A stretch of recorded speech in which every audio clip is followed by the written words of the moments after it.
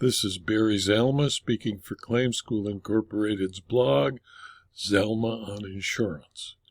Today we're going to talk about insurance fraud and why a forged referral to a chiropractor defeated his claim against a no-fault insurer, and why just saying, "I didn't know the gun was loaded," just doesn't work with a fraud attempt. And a forged referral defeated the claim against the no-fault insurer, especially when the court concludes that the forgery was done by the chiropractor making the claim. In a first-party personal injury protection, or PIP, benefits claim, the plaintiff, Lint Chiropractic, was found to lose a summary disposition motion in favor of the defendant insurer because there was simply no genuine issue as to material fact. And in the case Lint Chiropractic versus Allstate, the Court of Appeals of Michigan on October 8, 2024 resolved the dispute in favor of Allstate. Plaintiff sought PIP benefits arising from a car accident involving plaintiff's uninsured patient, Taniqua Smith. With a referral to plaintiff by Dr. Pedro Toweh, MD, Smith sought treatment with plaintiff for thoracic and lumbar spine pain allegedly resulting from the accident. Plaintiff provided Trigger Points Impedance Imaging for Smith, and Smith assigned her PIP benefits to plaintiff for the treatments that occurred from March 24, 2021 to July 1, 2021. Smith was uninsured, so plaintiff filed a claim under the Michigan Assigned Claims Plan. The Michigan Automobile Insurance Placement Facility, MAIPF, assigned defendant to plaintiff's claim. Defendant Allstate refused payments to plaintiff, and plaintiff sued Allstate to recover costs incurred for Smith's treatment. Defendant moved for summary disposition after initial disclosures revealed that the referral from Dr. Toweh that Smith used was forged. Defendant claimed plaintiff's claim was not compensable because plaintiff committed a fraudulent insurance act.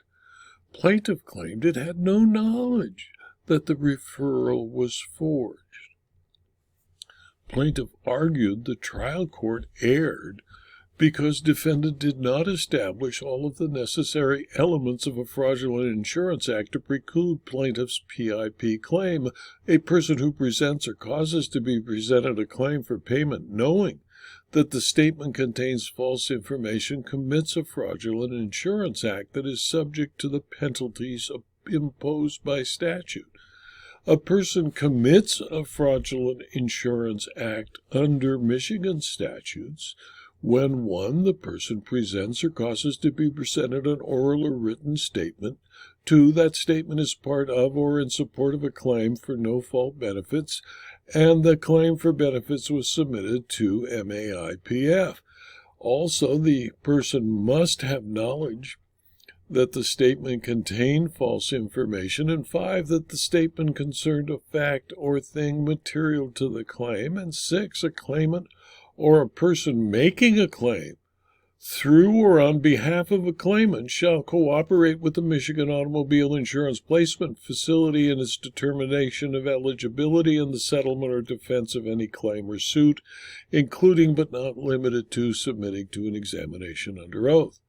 Plaintiff maintained it just did not know the referral was forged. It's just an innocent chiropractor stuck with bills he cannot collect. However, plaintiff became aware of the forged referral when Allstate filed its initial motion for summary disposition in district court, and defendant provided the affidavit of Dr. Toweh, averring the referral was forged, yet plaintiff provided no evidence that it was unaware of the forgery before litigation, such as by an affidavit. The defendant provided the affidavit of Dr. Toweh and the deposition of Smith to show by deduction. The only interested party who could have made the forgery was the plaintiff, the chiropractor. Plaintiff simply asserted it lacked knowledge of the forgery, just like a murderer who claims he did not know the gun was loaded. In my opinion, no-fault insurance schemes were created to provide benefits to all injured in an auto accident. Only for the states like Michigan, who created the no-fault insurance scheme, have found that it is a magnet for fraud perpetrators. This is an example of a fraudulent claim made by a chiropractor that the court concluded used forgery to defraud an insurer assigned by the no-fault plan. The plaintiff chiropractor, not the injured person, sued and was found to have forged the documents by claiming it had no knowledge of the fraud. In this case, the good guys won, but needed to take the case to a summary disposition and then an appeal, and therefore Allstate spent a lot of money to avoid paying the claim presented by this chiropractor. This video was adapted from my blog, Zalma on Insurance, which is available free to anyone who clicks on the URL zalma.com/blog. You can subscribe and you'll receive notice of every blog posting, usually 5, sometimes 6 a week, and you'll also gain access to the more than 4,900 blog postings.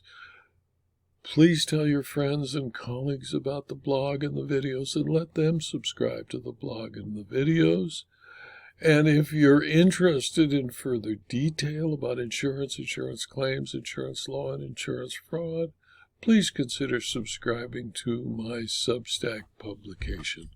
Thank you for your attention.